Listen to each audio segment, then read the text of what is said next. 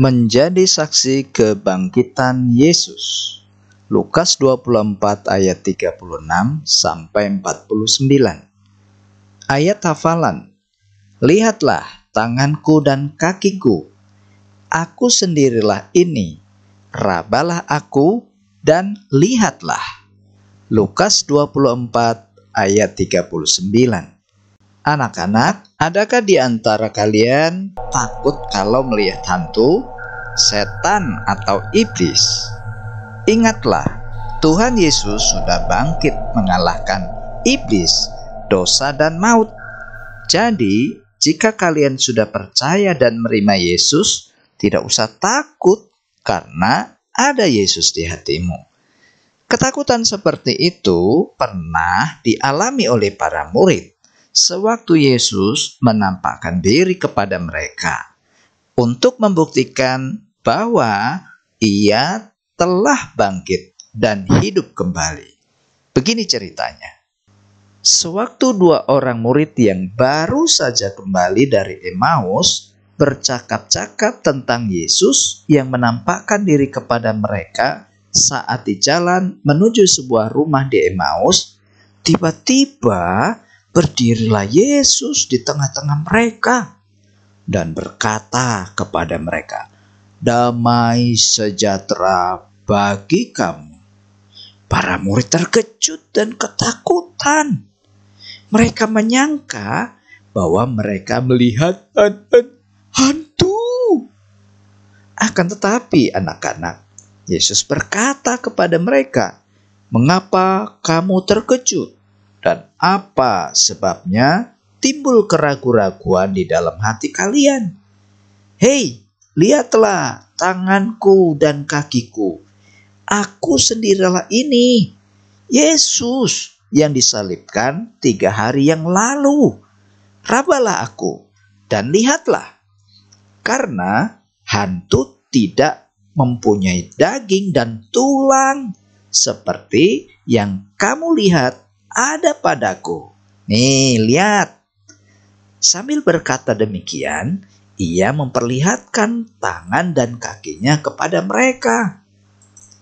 Dan ketika mereka belum percaya karena girangnya dan masih terheran-heran, berkatalah Yesus kepada mereka, "Adakah padamu makanan di sini?"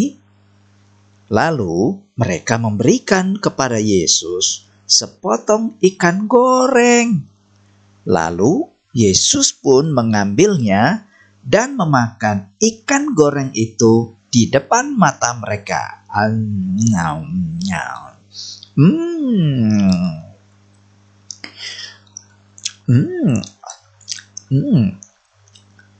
Nah, Yesus berkata kepada mereka, "Inilah perkataanku yang telah kukatakan kepadamu ketika aku masih bersama-sama dengan kamu, yakni bahwa harus digenapi semua yang ada tertulis tentang aku dalam kitab Taurat Musa, kitab para nabi, dan kitab Mazmur."